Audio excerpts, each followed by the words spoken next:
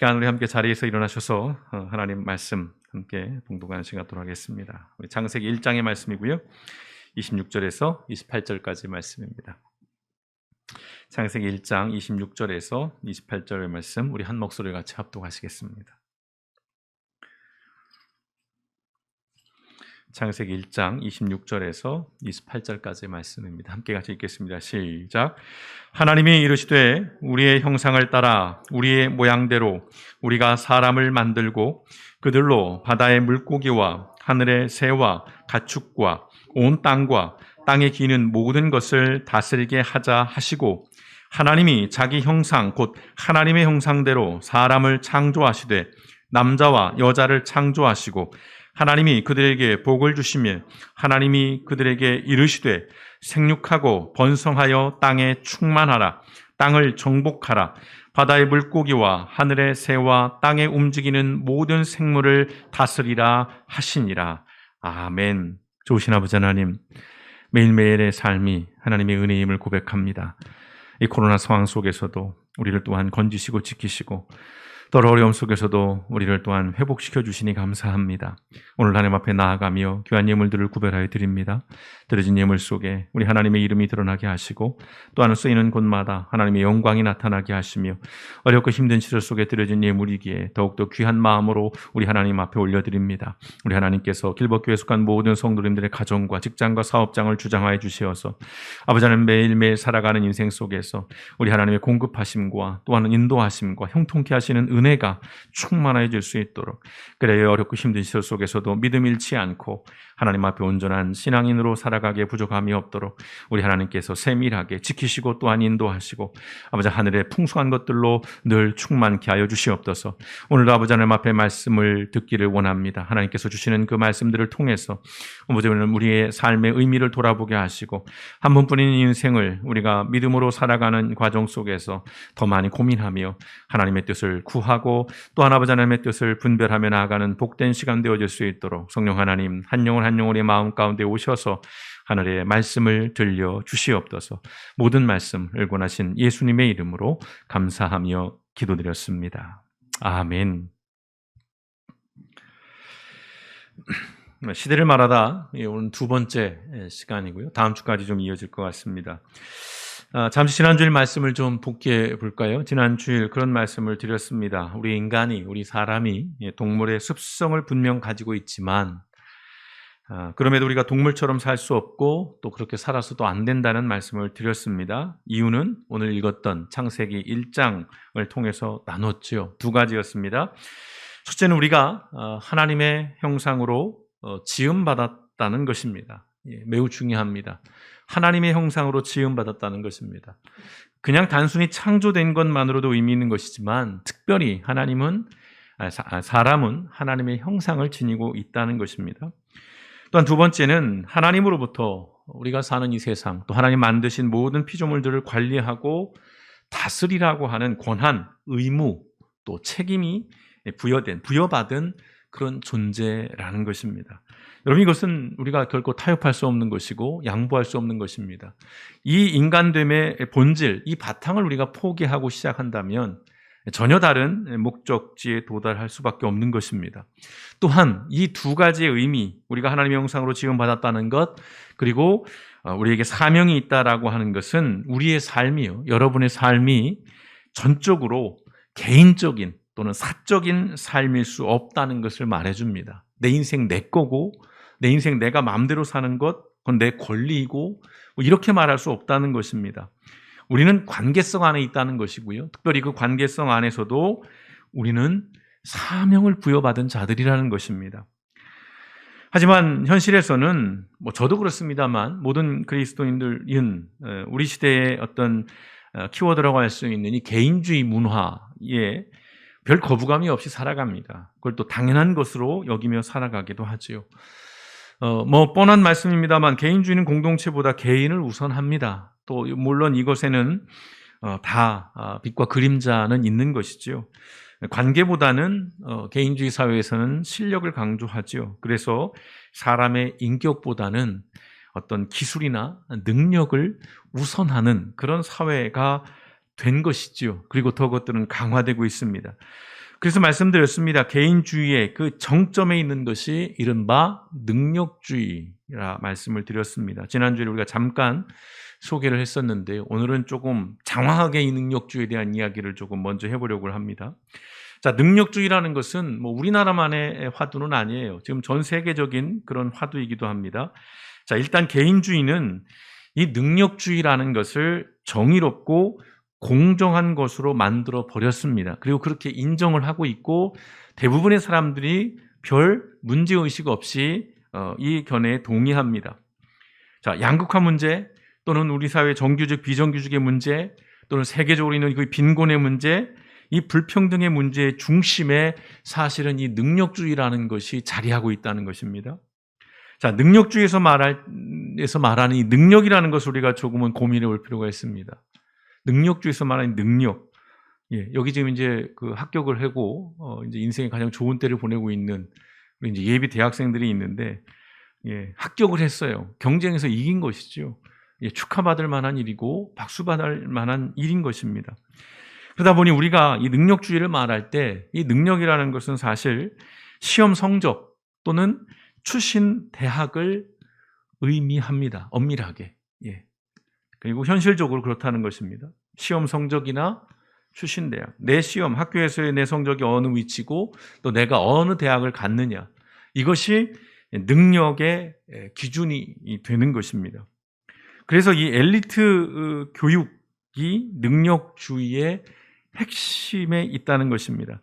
지난주에도 말씀드렸어요. 과거에는 귀족들이요, 땅이나 또는 재산을 통해서 그 지위 또는 그 특권을 세습해 왔습니다. 근데 오늘날에는 엘리트 교육을 통해서 계층을 세습한다는 것입니다. 엘리트 교육이라는 게 뭐겠어요? 결국은 서열화된 그 대학 속에서 우리가 말하는 인류대를 진학을 함으로써 그 대학이 주는 여러 가지의 그런 혜택이나 특권이나 뭐 이런 것들을 가지고 계속해서 그러한 계층을 세습해가는 것을 의미하는데, 자, 일단 능력주의의 신화라고 좀 표현을 해보겠습니다. 신화라는 것이 좀 부정적인 의미가 담겨 있는데, 능력주의는 이렇게 말합니다. 모든 시민이 그 인종, 성별, 계층 등에 상관없이 공평하게 경쟁할 수 있도록 하며 그 노력과 재능이 허용하는 한 상승할 수 있도록 한다. 이게 능력주의 신화예요.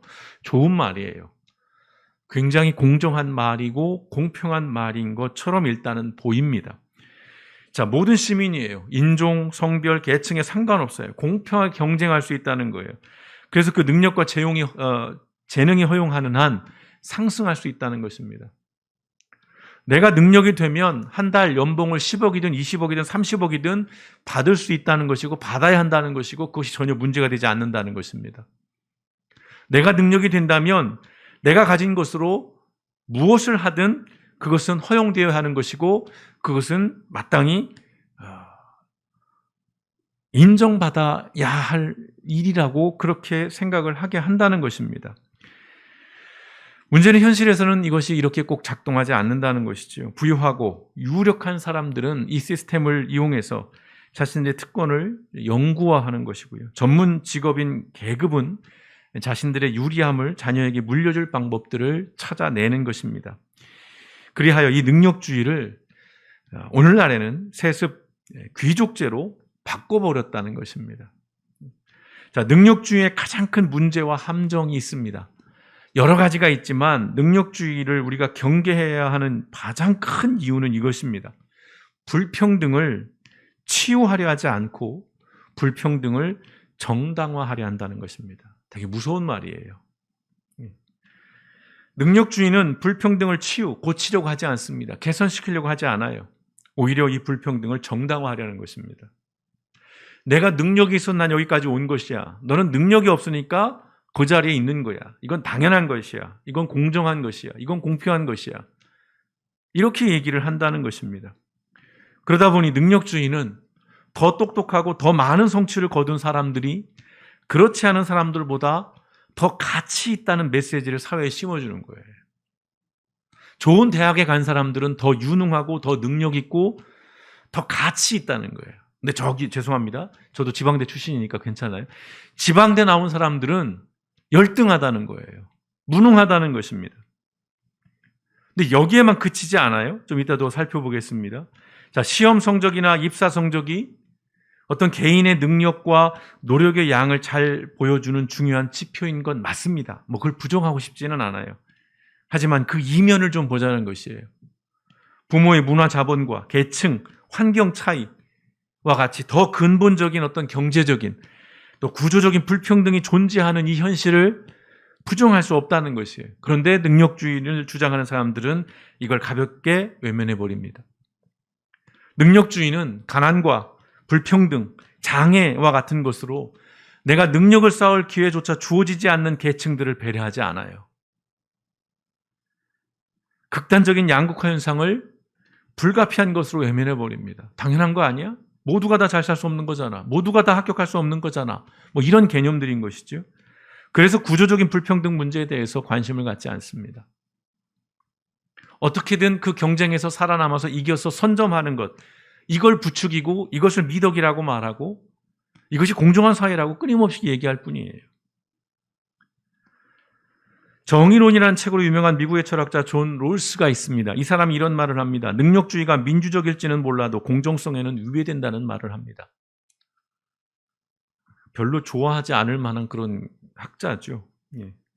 이 사람보다도 더 능력주의에 대해서 신랄한 비판을 하는 사람이 바로 마이클 샌델 교수입니다. 우리가 정의란 무엇인가라는 정말 이만한 두께의 책을 굉장히 어려운 책을 우리가 베스트셀러로 만들어버린 하버드 대학의 정치철학 교수인데요. 이분이 최근에 쓴 공정하다는 착각이라는 책에서 이렇게 이야기합니다. 능력주의가 인종, 나이, 학력, 성별 등은 보지 않고 누구나 공평하게 기회를 제공하고 능력을 마음껏 발휘하여 능력에 따라 성과를 배분받는다는 무척이나 정의롭게 보이지만 현재의 능력주의는 절대 공정하지 않다라고 얘기를 합니다. 여러분들이 한번 이 책을 한번 읽어보셨으면 좋겠습니다. 공정하다는 착각. 이 역시 어렵습니다. 그리고 사실은 어떤 그렇다면 명확한 대안이나 답이 있느냐? 뭐 그걸 제시해 주지는 않아요. 그러나 고민하게 만드는 것이지요. 샌델 교수는 이어서 이렇게 말합니다. 기회 제공도 공평하지 않으며 특정 집단의 유리한 능력주의로 더는 개천에서 용날 일은 없으며 아메리칸 드림은 끝났다라고 그렇게 얘기를 합니다. 우리나라도 그렇죠. 뭐 이분이 우리나라 얘기를 특정해서 쓴 건 아닐 것이고요. 세계적인 어떤 이야기를 하는데 우리도 여기에 비껴가지 않습니다. 뭐 개천에서 용나지 않는다는 것이죠. 흥미로운 점은 이 공정하다라고 하는 이 신념의 바탕, 이 사실 출발을 이 샌델 교수는 종교성에서 찾아요. 그것도 기독교 신앙에서 찾습니다. 그 지점이 조금 흥미롭습니다. 요약해보면 이런 거예요. 이른바 성공이라는 것은 기독교적인 관점에서 본다면 신이 허락한 것이에요. 그래서 선한 것입니다. 반대로 실패는 어떤 걸까요? 신과의 거리가 멀어진 거예요. 악이에요. 죄입니다. 실패는. 그런 인식이 강해진 거예요. 그래서 성공한 사람은 자연스럽게 신의 은총을 받은 거예요. 그러니까 자신의 그 사람의 성공은 공정한 겁니다. 그리고 정당해요. 합당합니다. 심지어는 거룩하기까지 한 거예요. 그래서 축복받았다라고 이야기를 하는 것이고 어떤 성장을 이뤘다면 부흥했다라고 그렇게 이해를 하는 것이죠. 근데 이런 인식들이 현대로 들어오면서 은혜라는 개념, 은총이라는 개념이 어떻게 바뀌냐면 개인의 능력으로 바뀌어버려요. 그래서 전에는 성공이 하늘의 뜻에 있었다면 지금은 이 성공이라는 것이 개인의 노력이 있는 거예요. 개인의 노력으로 획득된다는 것입니다. 이것이 이제 은총, 은혜라고 하는 이 기독교 교리와 아주 교묘히 유착을 하면서 개인의 능력에 의한 성공은 좋은 것이고 개인의 실패는 좋지 않다는 것으로 변환이 돼요. 뭐 사실은 당연한 거죠. 아니 성공은 뭐 좋습니다. 어쨌든 종교를 다 떠나서 실패는 좋지 않은 것이에요. 맞습니다. 근데 문제는 뭘까? 이제 여기서 더 들어간다는 거예요. 이 성공의 잣대에 도덕이 들어오기 시작을 하는 것이에요. 성공은 도덕적으로 인정받는 것이고 실패는 도덕적으로 그렇지 않다는 것이 생기는 것입니다. 그래서 우리 가까이에 있는 대형교회 목사님이 서슴없이 아무 거리낌 없이 작은 교회는 저주받은 교회라는 말을 하게 되는 배경이 여기 있는 것입니다. 죄송합니다. 자꾸 작은 교회 목사가 열등감을 드러내서. 이게 교회 인식이었어요, 사실은. 큰 교회는 부흥한 교회고 복받은 교회예요. 작은 교회는 저주받은 교회입니다. 이걸 당연시하는 거예요. 능력주의가 이걸 전제하고 있는 것입니다. 능력주의는 결과를 가지고 승자와 패자로 구분을 해요. 아주 단순합니다. 승자는 마땅히 누릴 자격과 권리가 있는 거예요. 패자는 가치 없어요. 무능력해요. 그들은 게으러요. 심지어는 악합니다. 도덕적이지도 않아요. 제가 이 능력주의에 관한 이야기를 이 주일 설교 시간에 이렇게 하고 있는 것은 오늘 우리의 교회와 우리 그리스도인들도 이 세상에서 말하는 능력주의에 있어서 자유롭지 못하다는 현실을 우리가 좀 뼈아프게 고민해 보자는 것입니다. 목사로서 목회의 영역에도요. 그러니까 목사들끼리의 이야기, 목사들끼리의 커뮤니티를 이렇게 들여다보고 있으면 거기도 능력주의가 장악해 버렸어요. 세상과 똑같습니다. 세상의 위계 질서와 또는 세상의 가치에 따른 것과 목사들의 모임들이 똑같아요. 전혀 다르지 않습니다. 오히려 심해요. 왜요? 거기에는 뭐가 들어갑니까? 하나님의 은혜, 축복 이런 게 들어가는 거예요. 그러니까 더 강화되는 거예요. 그 정당성이나 그 권한이나. 능력주의가 전적으로 부당하다, 악하다, 막 악마화하려고 하는 것이 아닙니다, 여러분. 오해는 없으시면 좋겠어요. 자본주의와 자유주의가 가진 순기능이 있고 그의 역기능이 있는 것처럼 마찬가지 능력주의도 그렇다는 것입니다. 그래서 고민해 보자는 것이에요. 우리가 그리스도인이라면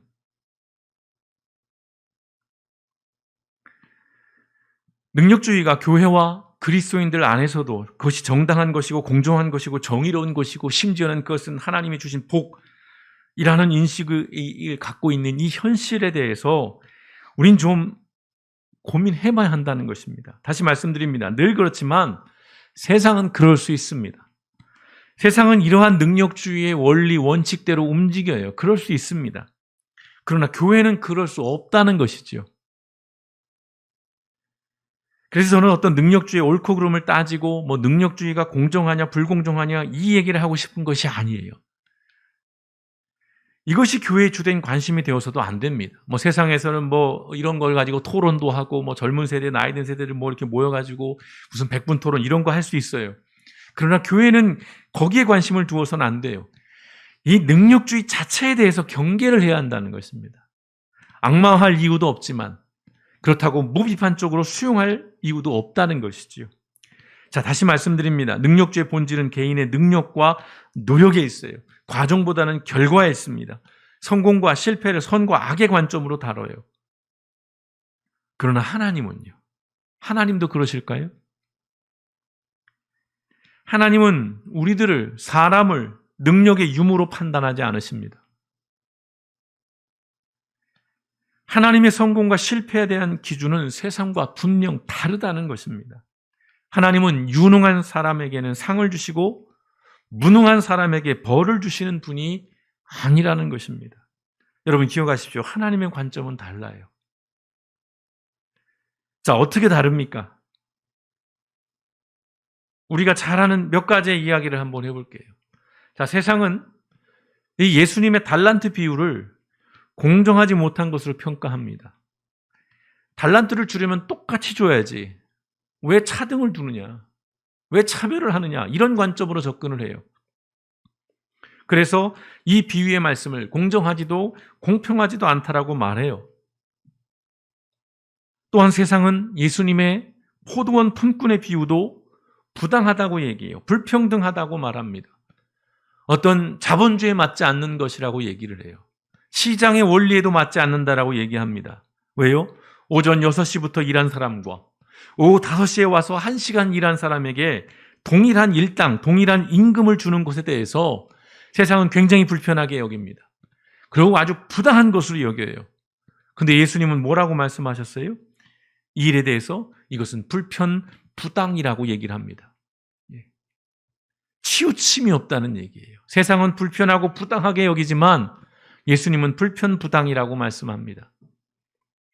세상은요, 과부가 드렸던 2렙돈, 이스라엘의 화폐 중에 가장 싼, 가장 가치가 낮은, 우리로 말하면 2렙돈이면 20원이에요.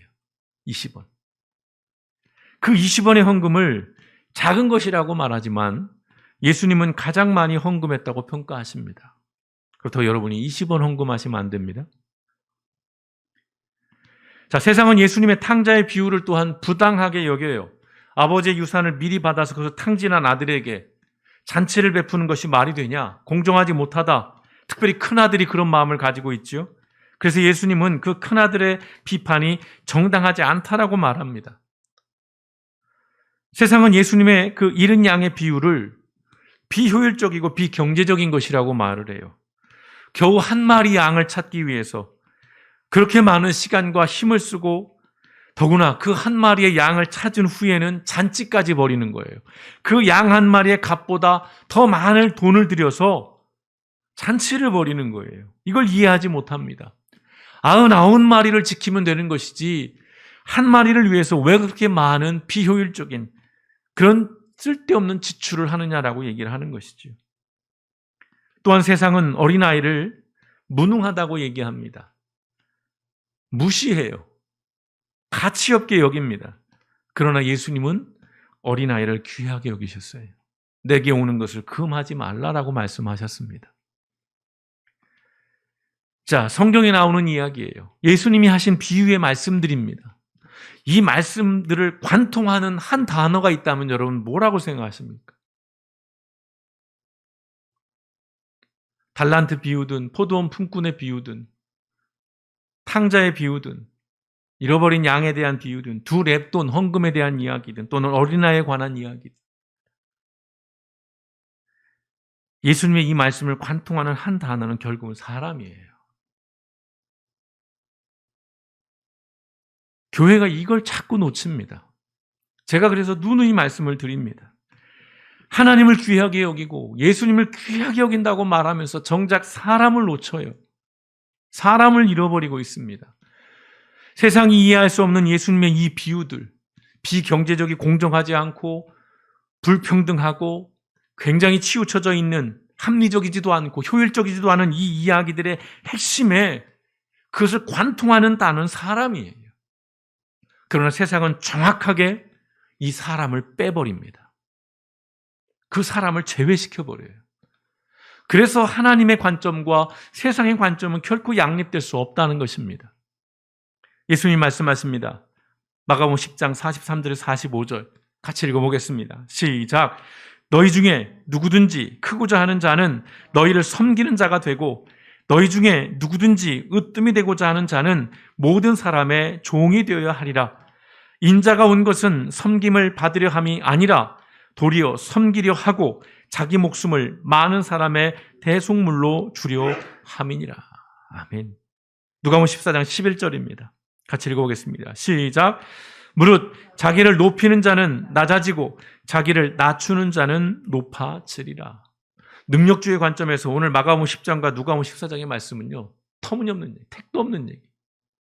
스스로 루저가 되는, 스스로 패배자가 되는 그런 말씀이에요. 여러분, 이 말씀을 예수님이 하십니다. 그것도 아주 중요한 핵심적인 말씀으로 우리에게 하시는 거예요. 세상의 질서와 관행과 가치관을 뒤집어버리는 말씀입니다. 여러분, 기독교는 이렇듯 세상의 질서와 가치에 순응하고 적응하는 인간을 만들어내는 것이 아니라 오히려 역행하고 저항하는 인간을 지향한다는 말씀을 또 드릴 수밖에 없는 것입니다. 사도 바울은 이렇게 말씀합니다. 에베소서 2장 8절과 10절의 말씀 같이 읽어보실까요? 시작. 너희는 그 은혜에 의하여 믿음으로 말미암아 구원을 받았으니 이것은 너희에게서 난 것이 아니요 하나님의 선물이라. 행위에서 난 것이 아니니 이는 누구든지 자랑하지 못하게 함이라. 우리는 그가 만드신 바라 그리스도 예수 안에서 선한 일을 위하여 지으심을 받은 자니 이 일은 하나님이 전에 예비하사 우리로 그 가운데서 행하게 하려 하심이니라. 아멘. 굉장히 많은 말씀이 담겨 있습니다. 가장 먼저 등장하는 게 은혜입니다.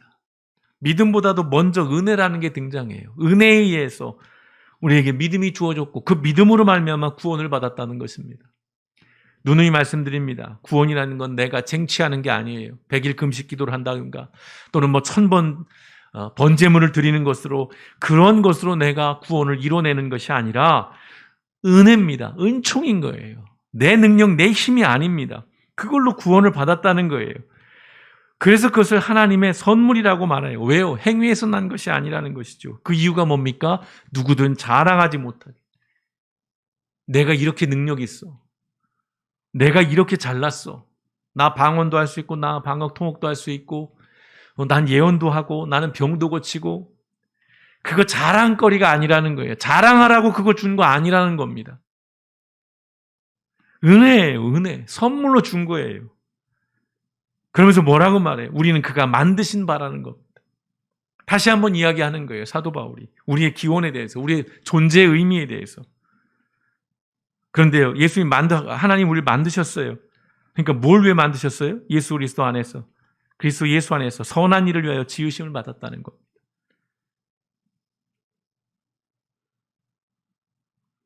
구원은 내가 쟁취하는 것이 아닙니다. 은혜로 받는 것입니다. 하나님의 선물입니다. 누구도 자랑하지 못하게 하려는 것입니다. 따라서요, 우리는 겸손해야 한다는 것입니다. 그런데 능력주의는 이게 없어요. 능력주의는 성공이든 불행이든 모든 것을 개인의 능력과 책임으로 돌립니다. 그래서 성공한 사람은 교만해져요. 그래서 실패한 사람들은 자학을 합니다. 비관을 해요. 또한 능력주의는 다시 말씀드립니다. 개인의 능력에 따른 불평등은 정의롭다고 말해요. 공정한 것이라고 말합니다. 여러분, 교회는요, 우리 그리스도인들은 이러한 능력주의 헛된 신화에 미혹돼서는 안 될 것입니다. 무능과 유능의 기준은 시험 성적이나 어떤 회사에서의 지위나 어떤 성과나 결과가 아니라는 것입니다. 오해는 마십시오.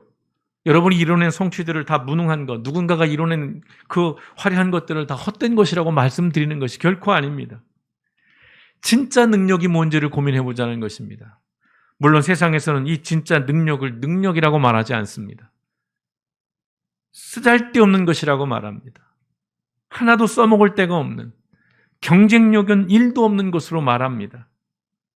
그 진짜 능력이 뭡니까? 성경이 말하는 진짜 능력은 이것입니다. 사람에 대한 존중과 사람에 대한 예의와 사람에 대한 공존과 사람에 대한 공감인 것입니다.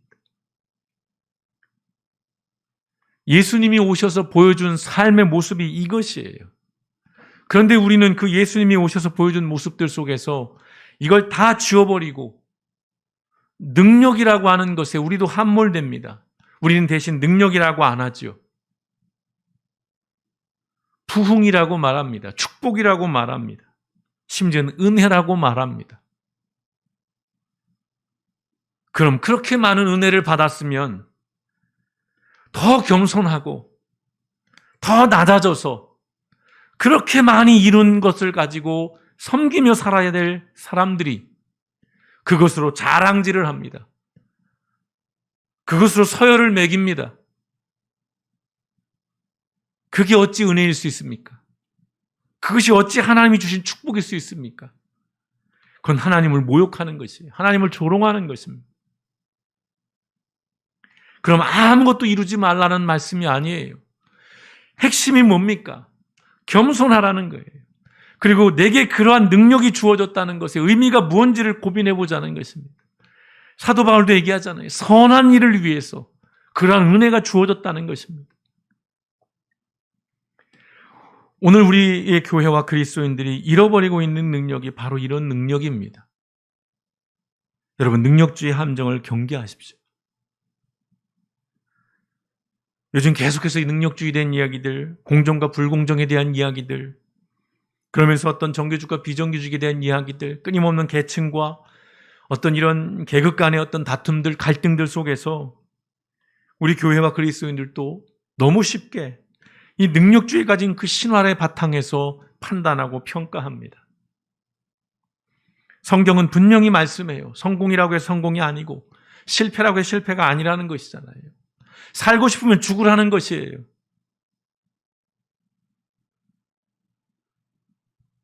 죽으면 산다는 것이고요. 낮아지면 높아지는 것이고 높아지면 낮아진다는 것입니다. 여러분, 더 이상 우리가 사람들을 이용해서 나의 욕망을 채우는 그런 주술적인 신앙을 우리는 버려야 할 것입니다. 여러분이 가진 신앙을 가지고 이 능력주의가 가진 그 신화를 구현해 보겠다라고 하는 그러한 잘못된 믿음들을 우리는 늘 경계해야 될 것입니다. 그러면서 우리가 사람을 통해서 하나님을 만나고 하나님을 전하는 그런 참된 신앙, 그 하나님이 기뻐하시는, 또 하나님이 원래 우리에게 만들어 주셨고 부여해 주셨던 그 사명을 가지고 살아가는 진짜 그리스도인, 참된 교회가 되어져 가기를 주님의 이름으로 축원드립니다. 교회도 그리스도인들도 굳이 그렇게 확대하지 않겠습니다. 목사들도 여전히 능력주의라는 것에 빠져서 그렇게 목회하려고 하고, 그렇게 목회하지 못하면 무능하고 저주받은 목사요, 능력을 발휘하는 것은 하나님으로부터 복을 받은 것이라고 너무 단순하게 말해버리는 이러한 현실에서 참으로 어려운 말씀을 드리고 있는 것입니다. 오늘 우리 시대가 능력주의 신화에 열광하고 그것이 정당하고 그것이 공정하다고 외치고 있다 할지라도 우리는 그럴 수 없다는 것입니다. 하나님의 말씀을 다시 한번 돌아보면서 내가 지음받은 존재요, 또한 내게 사명이 주어진 존재임을 기억하면서 하나님이 내게 주신 것들을 가지고 나는 어떻게 살아가고 있는지, 나는 무엇을 이뤄내고 있고 이뤄낸 것들을 가지고 나는 어떠한 열매들을 맺고 살아가고 있는지 다시 한번 이 한 주간 우리의 삶을 돌아보면서 우리가 그 능력을 회복했으면 좋겠습니다. 하나님이 보시고 너무나도 좋아하셨던 그 사람을 잃어버리지 않는 그 능력을 적어도 우리 교회와 그리스도인들만큼은 포기하지 않고 살아가시길 주님의 이름으로 축원드립니다. 기도하시겠습니다.